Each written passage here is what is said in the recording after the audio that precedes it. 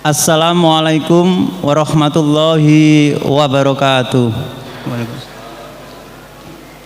Innal hamdalillah nahmaduhu wa nasta'inu wa nastaghfiruh wa na'udzu billahi min shururi anfusina wa min sayyiati a'malina. May yahdihillahu fala mudhillalah wa may yudlil fala hadiyalah. Asyhadu an la ilaha illallah wahdahu la syarikalah wa asyhadu anna Muhammadan abduhu wa rasuluhu amma ba'du. Bapak-bapak, ibu-ibu jamaah Masjid Al-Ikhlas yang dirahmati Allah, baik yang ada di dalam masjid maupun yang sedang menyaksikan LKI live streaming. Semoga Allah memberi kesehatan, keberkahan. Bapak-bapak, ibu-ibu, kita pada malam hari ini kita ucapkan syukur kita kepada Allah Subhanahu wa taala atas nikmatnya yang diberikan kepada kita, yang kita pakai pada malam hari ini juga, yaitu yang nikmat sehat, nikmat iman. Salawat serta salam tetap tercurahkan kepada Nabi Rasulullah Sallallahu Alaihi Wasallam beserta keluarganya, sahabat-sahabatnya, dan orang-orang yang mengikutinya. Bapak-bapak, ibu-ibu, kami dari Lembaga Kajian Islam mengucapkan beribu-ribu terima kasih atas dukungan dan partisipasi hingga terlaksananya kajian pada malam hari ini. Dan pada malam hari kajian pada malam hari diisi oleh Ustadz Abdul Fattah dengan tema rumah tangga yang terbakar api cemburu. Ini adalah session kelanjutannya materi sebelumnya. Kepada beliaunya Ustadz Abdul Fattah LC kami persilakan. Assalamualaikum warahmatullahi wabarakatuh. Alhamdulillah nahmaduhu wa nasta'inuhu wa nastaghfiruh wa na'udzu billahi min syururi anfusina wa min sayyiati a'malina. May yahdihillahu fala mudhillalah wa may yudlilhu fala hadiyalah. Asyhadu an la ilaha illallah wa asyhadu anna Muhammadan abduhu wa rasuluh. Allahumma salli wa sallim ala nabiyyina wa habibina Muhammadin wa ala alihi wa ashabihi wa man tabi'ahum bi ihsanin ila yaumiddin.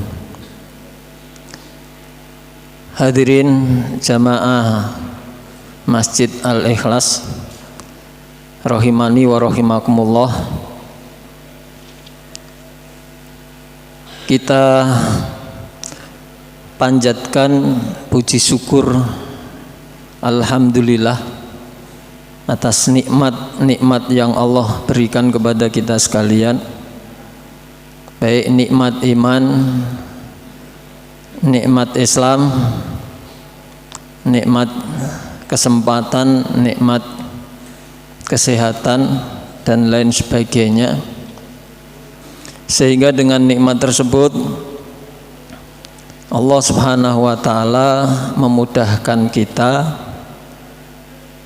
untuk beribadah, khususnya adalah untuk mempelajari Islam, untuk ngaji pada kesempatan malam hari ini. Hadirin rahimani wa rahimakumullah, membentuk keluarga ini harus mempunyai misi dan visi yang besar. Apabila keluarga yang dibentuk itu sudah memiliki visi misi yang besar, maka pahalanya pun juga akan besar. Walaupun seseorang yang membangun rumah tangga pekerjaannya sama, kemudian lelahnya juga sama, kemudian tugas-tugasnya juga sama, tapi ketika niat berbeda juga pahalanya juga berbeda. Karena itu di dalam kaidah itu disebutkan ruba amalin shaghirin tu'adzimuhun niyah. Dan berapa banyak amalan yang kecil itu menjadi besar pahalanya karena niat. Begitu pula berapa banyak amalan yang besar tetapi itu soghiruhu bin niyah, menjadi kecil juga karena niat. Karena umur kita ini adalah pendek, di dunia ini hanya sebentar. Amal ibadah yang kita kerjakan ini juga enggak panjang, enggak banyak. Kita juga harus berpikir agar supaya kita ini punya investasi, punya suatu amalan yang bisa dibanggakan di kemudian hari ketika kita menghadap Allah. Itu pahala itu tetap mengalir.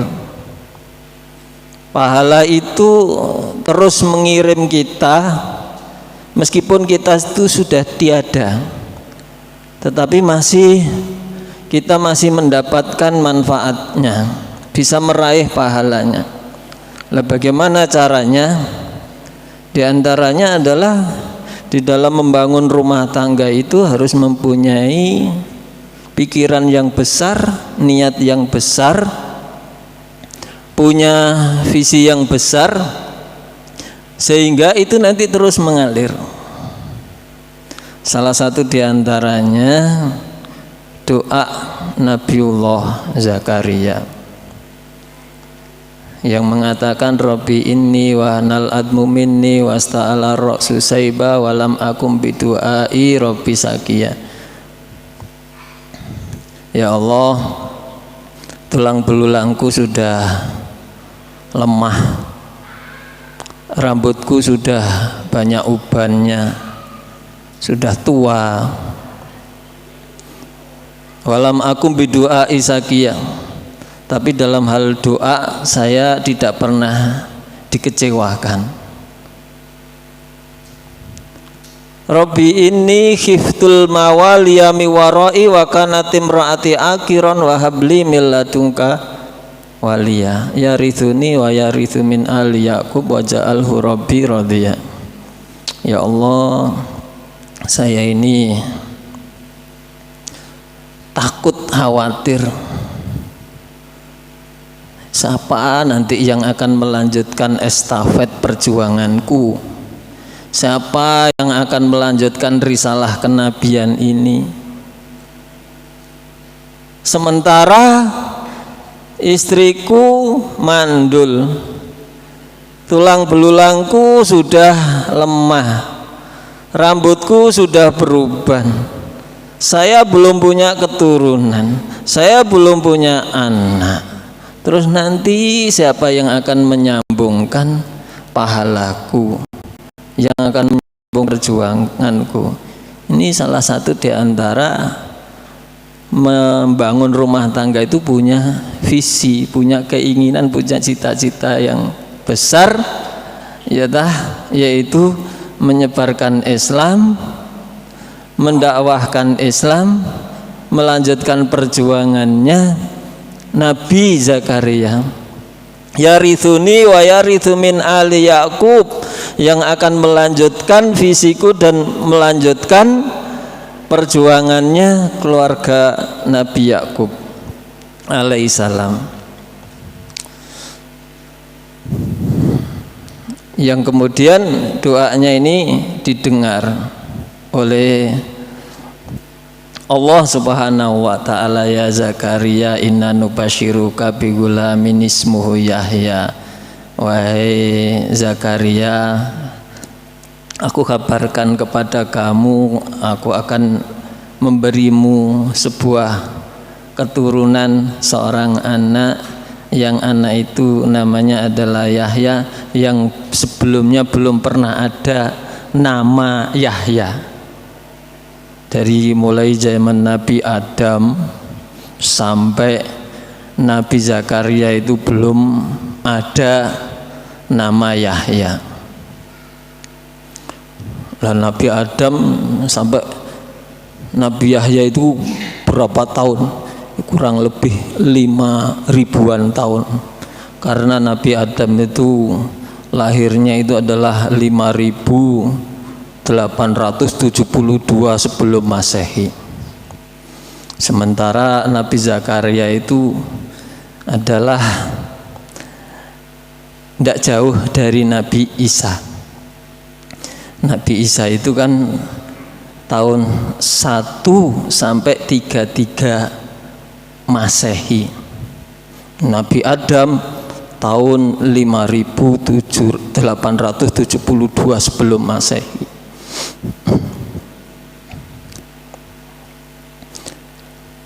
Ya, itu belum ada yang namanya Yahya. Yang ada baru pada zaman Nabi Zakaria itu Allah menyampaikan, kami sampaikan berita gembira, kamu akan mendapatkan satu keturunan, yang keturunan itu adalah namanya Yahya, yang belum pernah ada sebelumnya, belum pernah ada nama Yahya. Ya, yang akan melanjutkan yaitu visi misi kenabian. Karena itu di dalam membangun rumah tangga, mari kita selalu bangun suatu niatan-niatan, keinginan-keinginan yang kemudian menjadikan doa kita mengarah kepada sesuatu yang kita cita-citakan, sehingga ketika kita meninggal masih ada yang melanjutkan. Karena yang kita bangun adalah visi, yang kita bangun adalah ideologi ke depan. Itu yang kita perjuangkan. Sekalipun kita sudah tiada, kita dipanggil oleh Allah, akan ada yang melanjutkan. Nah, karena itu dari permintaan Nabi Zakaria itu tadi yang menyebutkan yarithuni wa yarithu min ali Yakub, yang akan melanjutkanku dan melanjutkan keluarga Yakub, maka pada kesempatan ini kami akan menyampaikan bagaimana rumah tangganya Nabi Yakub alaihissalam dalam menghadapi berbagai macam kecemburuan dari seorang istri-istrinya dan juga anak-anaknya. Nabiullah Yakub alaihissalam memiliki karakter yang baik, yang bagus, yaitu seorang ayah yang sabar, seorang ayah yang bijaksana dan adil, serta seorang ayah yang pemaaf.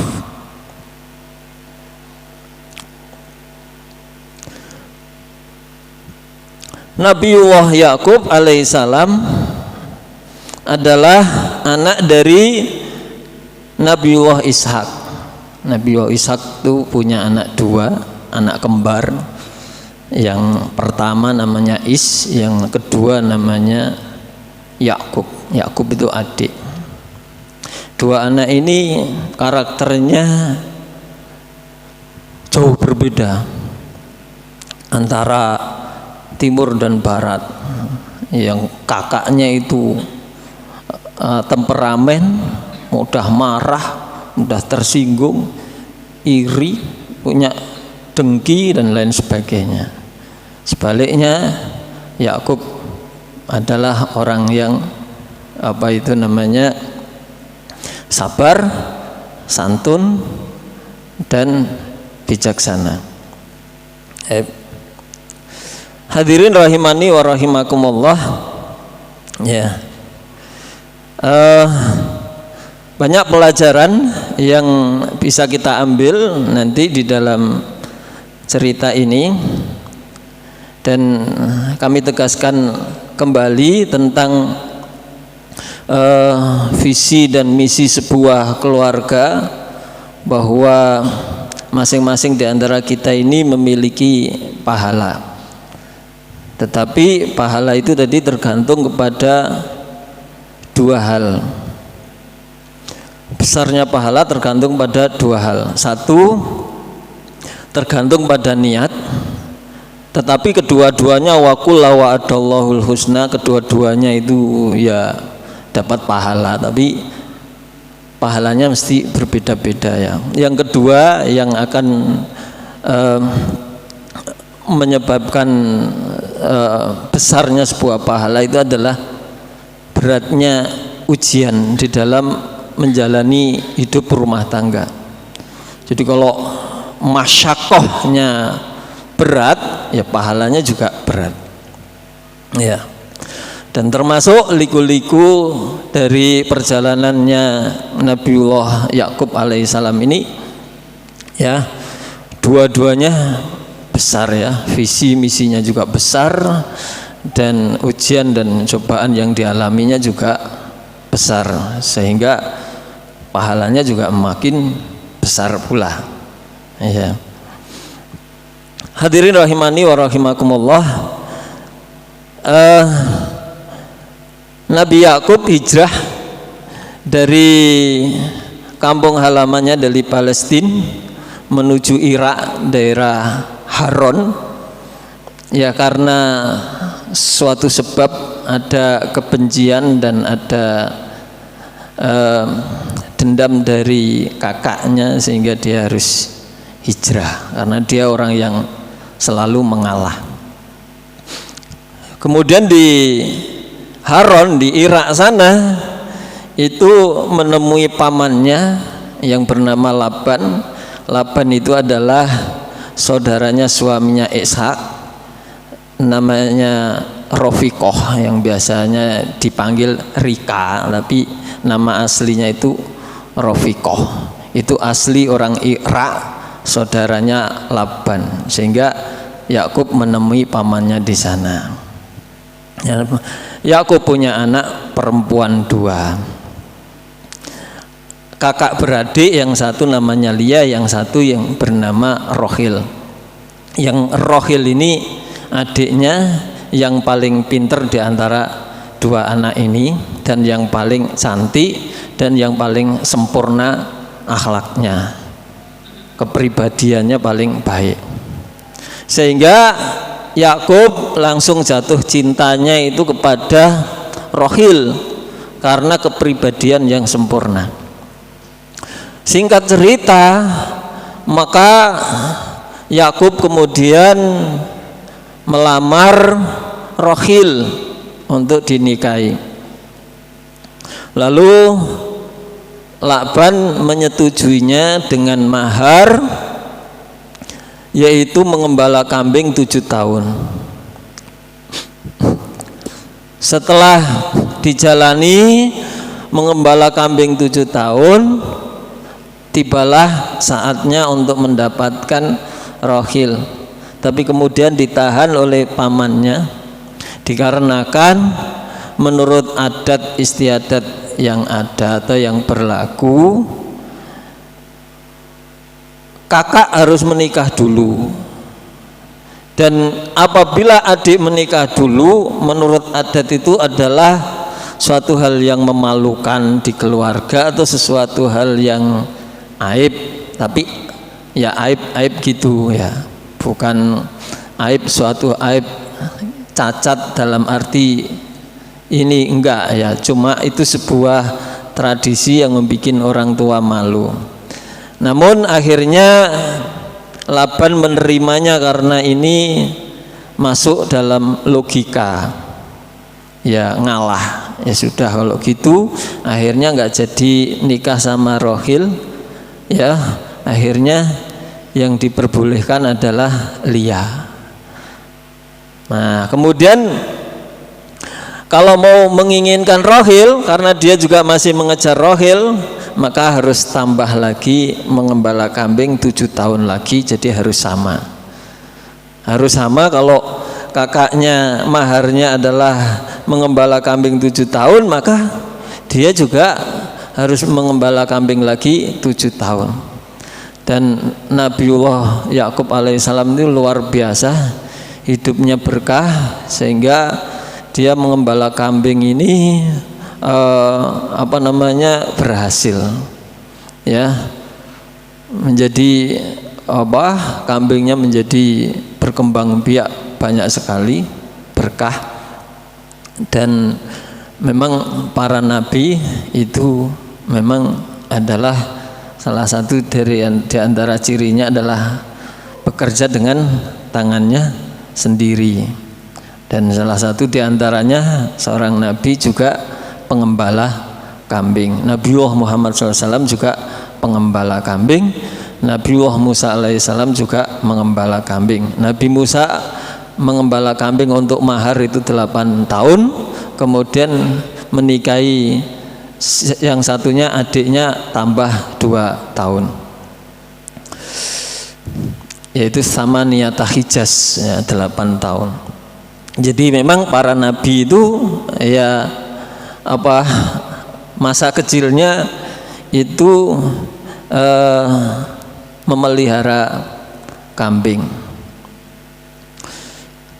Hadirin rahimani wa rahimakumullah, singkat cerita, saat menikah dengan Lia dan menunggu 7 tahun dengan Rohil, ini dikarunia Allah anak 4, yaitu Rubail, kemudian Sami'un, Liwa, dan Yahuda. Kemudian setelah itu baru menikah dengan Rohil. Ketika menikah dengan Rohil, Nabi Yakub tidak dikaruniai anak dengan Rohil, lama tidak punya anak. Karena itu kemudian di sini Rohil kemudian punya inisiatif, cara untuk membahagiakan suami adalah memberi hadiah budak. Dia punya budak yang bernama Balha. Ini saya hadiahkan kepada engkau wahai suamiku, biar kamu bahagia, karena saya sebagai seorang wanita tidak bisa memberikan anak. Bagaimanapun hatiku ini gundah gulana, sedih.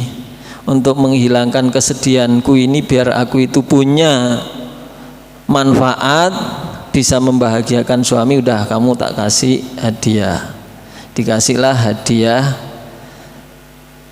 budak untuk diperistri, namanya Balha.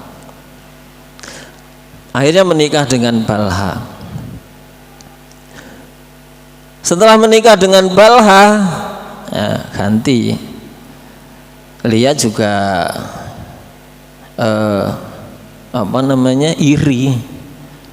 iri dengan Rohil, karena Rohil juga ngasih hadiah. Maka ya saya juga bisa, kenapa tidak? Kalau cuma ngasih hadiah budak untuk diperistri, ya bisa saya. Akhirnya Lia punya budak yang bernama Zulfa, terus dinikahilah Zulfa dari hadiah Lia. Maka genap Nabi Yakub punya istri 4. Dari perkawinan yang lain ini masih terus menerus Rohil ini masih belum dikarunia anak. Sementara Lia, Mbak Yunya, memang Mbak Yunya ini subur sekali, ya, walud, ya, tambah lagi anak. Jadi anaknya tambah lagi 2, anaknya jadi 6. Jadi Rubail, Sami'un, Liwa, Yahuda, Yasahir, dan Babilon. 6. Dari budak 2 masing-masing juga diberi anak. Kasih anak yang dari Balha yaitu diberi anak namanya Da'an dan Naftali. Dari Zulfa punya anak namanya Ja'ad dan Asir. Genap 10. Sudah punya anak semua, bingung Rohil ini. Sudah sekian tahun, bertahun-tahun tidak punya anak. Sudah mentok, sudah usahanya juga sudah luar biasa, mentok, tidak bisa membahagiakan suami.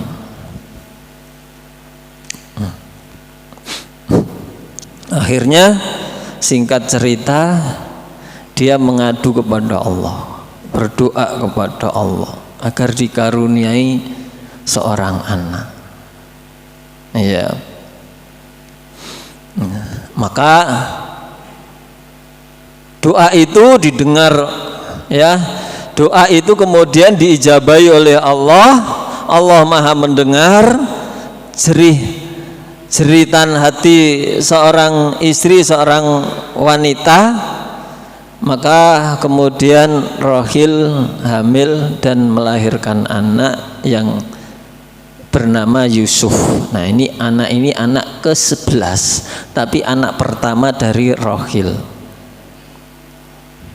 Anak pertama dari Rohil, tapi yang ke-11 dari semua total anak-anaknya yang ada. Singkat cerita, kemudian hamillah lagi yang kedua dan sundulen. Lalu lahir adiknya Yusuf, anak yang ke-12 yang bernama Bunyamin.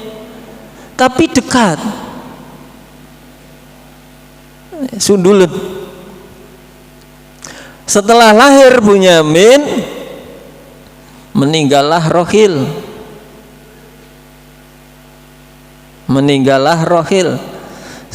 Sehingga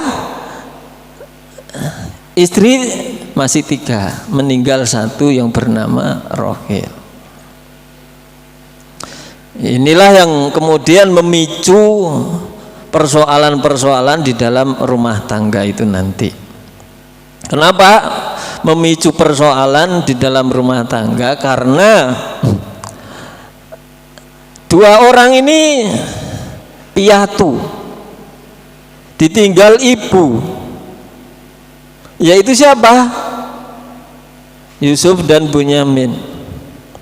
Sehingga sebagai seorang ayah tidak hanya berperan sebagai ayah, dia juga berperan sebagai seorang ibu, menggantikan. Ya, yang lainnya kan punya ibu kandung, ini nggak punya ibu kandung, yang ada adalah ibu tiri. Berbeda, kasih sayang seorang ibu tiri dengan ibu kandung berbeda.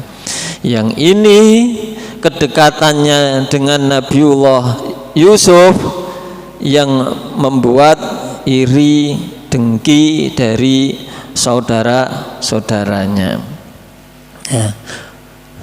Ini dianggapnya sebagai seorang ayah yang kurang bijak, dianggapnya sebagai seorang ayah yang pilih kasih, dianggapnya sebagai ayah yang lebih menyayangi Yusuf dibanding yang lain-lainnya.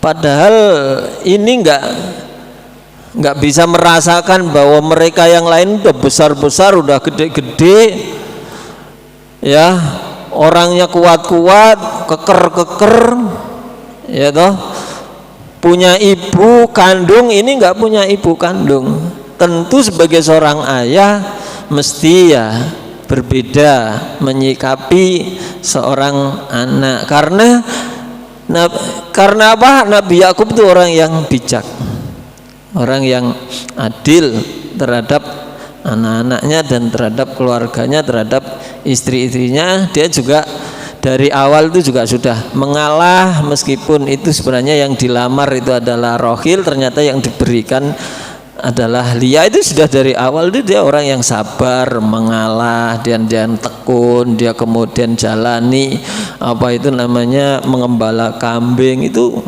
dia orang yang sabar, telaten dan bijaksana. Tapi ini dipahami dengan berbeda, apalagi Nabi Yusuf di masa kecilnya itu dia cerita bahwa dia memimpi, inni ra'aitu ahada asyara kaukaba wasyamsa wal qamara ra'aitumu li sajidin. Aku mimpi melihat matahari dan bulan serta 11 bintang sujud kepadaku. Nabi Yakub dengan ilmu yang sangat tajam dan sangat luas basirohnya luar biasa, dia bilang, ya bunayya la taksus ru'yaka ala ikhwatika fayakidu laka kaida inna syaitana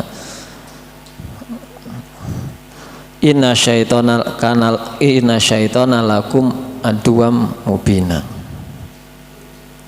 Inna syaitana kana lakum aduwam mubina. Ya, wahai anakku, jangan kau ceritakan persoalan ini, ya, tanda-tanda kebaikan, tanda-tanda nubuah ini, ya, jangan kau ceritakan kepada saudara-saudaramu. Kalau kamu ceritakan maka nanti menjadi pintu-pintu syaitan untuk mengadu domba atau menjadikan pintu syaitan untuk berbuat jahat, ya. Tapi ya masih dengar juga, ya, cerita itu yang kemudian memicu persoalan yang dari kebencian inilah yang kemudian Nabiullah Yusuf berusaha untuk disingkirkan dari wajah bapaknya atau di depan bapaknya, dan ketika nanti Nabi Yusuf sudah tidak ada, maka yang ada di hadapannya adalah kita semuanya orang-orang yang hebat, ya. Kita akan menjadi orang yang mendapatkan perhatian sepenuhnya dari seorang ayah, ya. Nah, ini memang memiliki satu watak-watak, ya, ada karakter ada karakter apa ini, dengki, ya, iri hati, ya. Nah, seharusnya kan ndak boleh iri hati, tapi kan manusia, ya, ada ya iri hati yang seperti ini, ya, sesama saudara.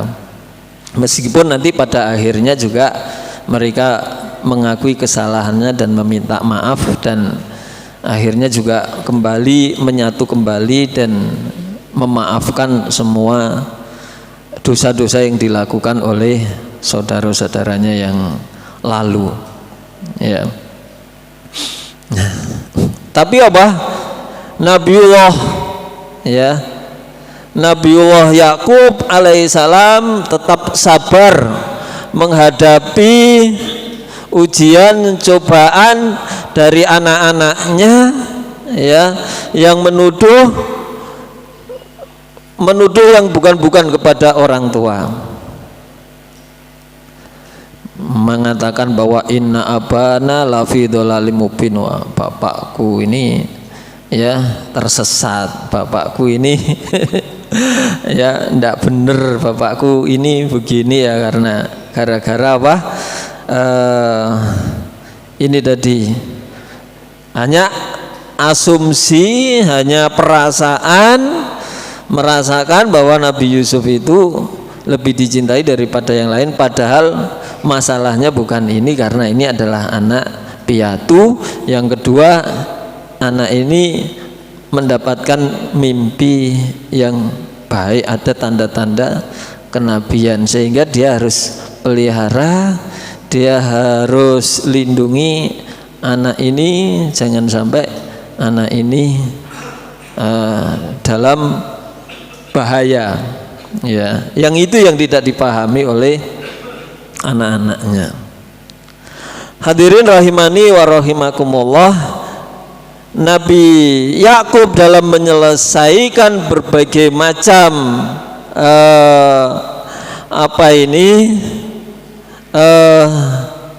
kecemburuan, baik dari kecemburuan istri, ya toh, ya, kemudian kecemburuan anaknya, tetap dalam keadaan tetap sabar dan tetap selalu bijaksana dan selalu ya mengalah untuk suatu kebaikan.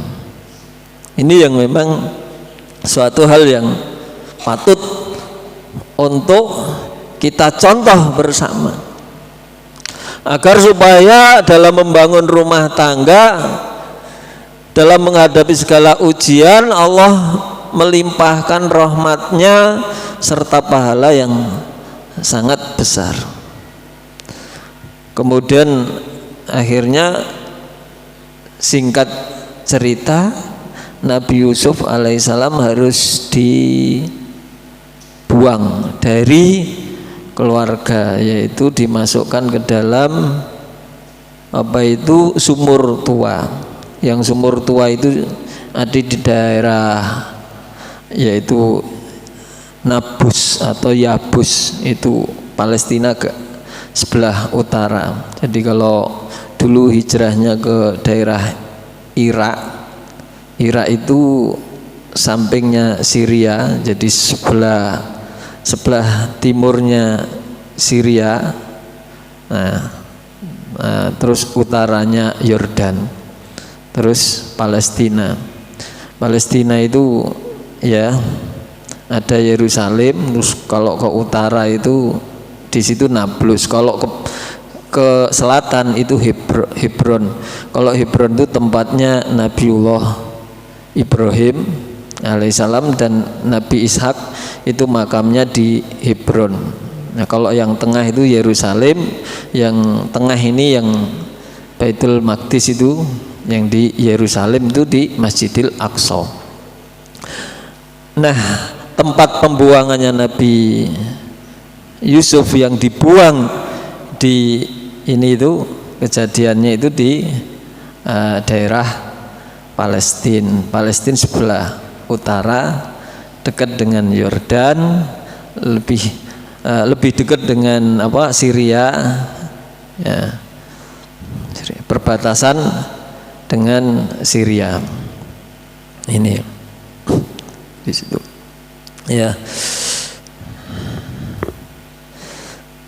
Yang akhirnya dengan kesabaran Allah pertemukan kembali setelah Nabi Yusuf kemudian berpindah ke Mesir untuk dijadikan budak di sana atau dibeli oleh Raja Mesir, ya. Jauh itu dari daerah Palestina, yang daerah Nablus itu ke Mesir itu sangat jauh. Yang kemudian singkat cerita, seluruh keluarganya 12 anak itu semuanya, dan juga ibunya, tiga ibu itu semuanya migrasi ke Mesir semuanya.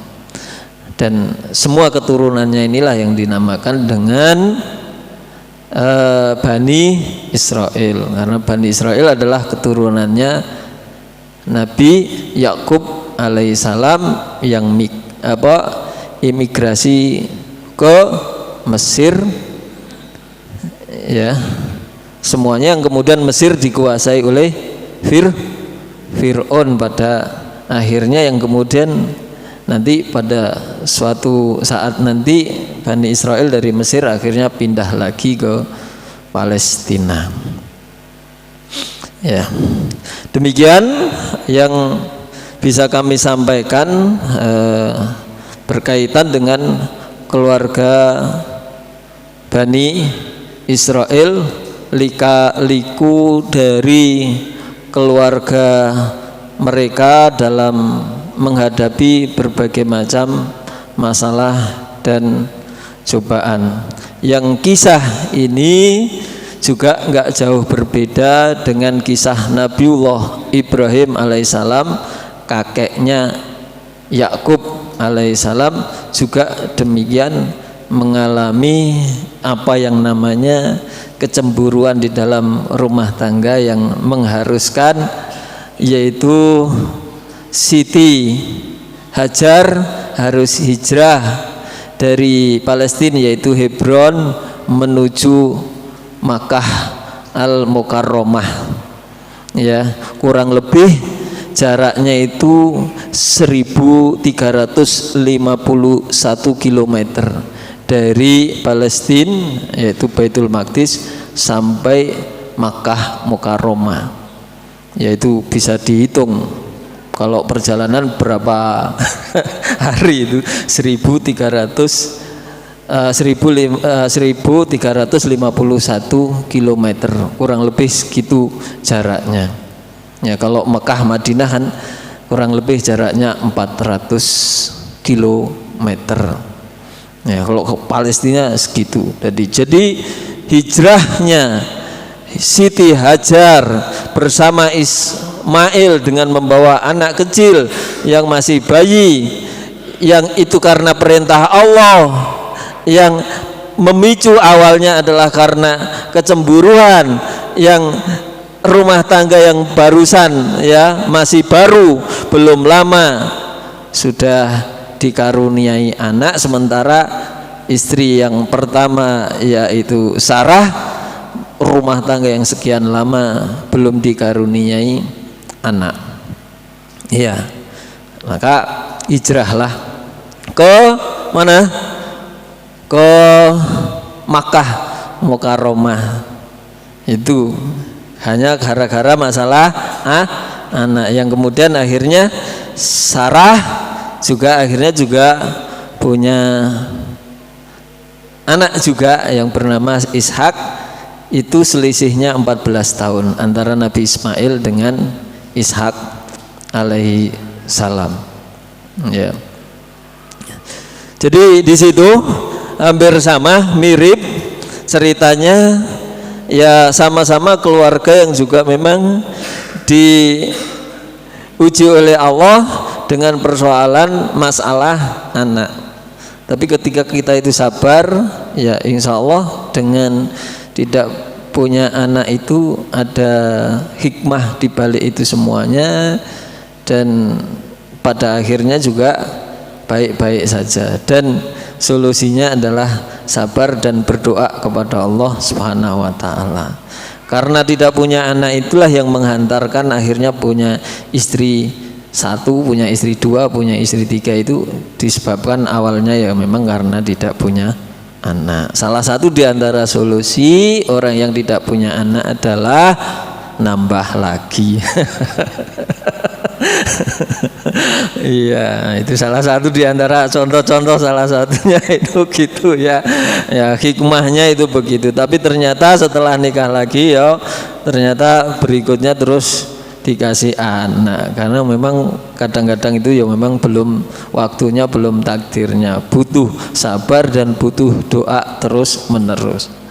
Nah, insya Allah dengan doa itu tadi, terus menerus berdoa, andaikan dikasih tadi dikabulkan, alhamdulillah. Apabila tidak dikabulkan, kita sudah mendapatkan pahala di sisi Allah Subhanahu wa taala dengan doa tersebut.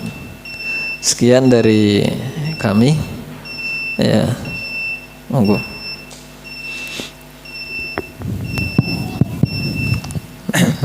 Ya, demikianlah penyampaian tentang kisah Nabi Yakub dan anaknya. Kami buka sesi tanya jawab kepada bapak-bapak, ibu-ibu, barangkali ada yang ditanyakan.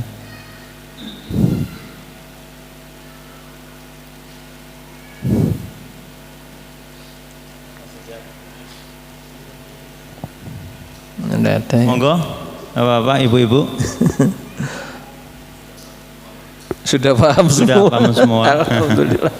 Kalau pada kajian pada malam hari ini sudah paham semua, maka kami tutup pada kajian pada malam hari ini.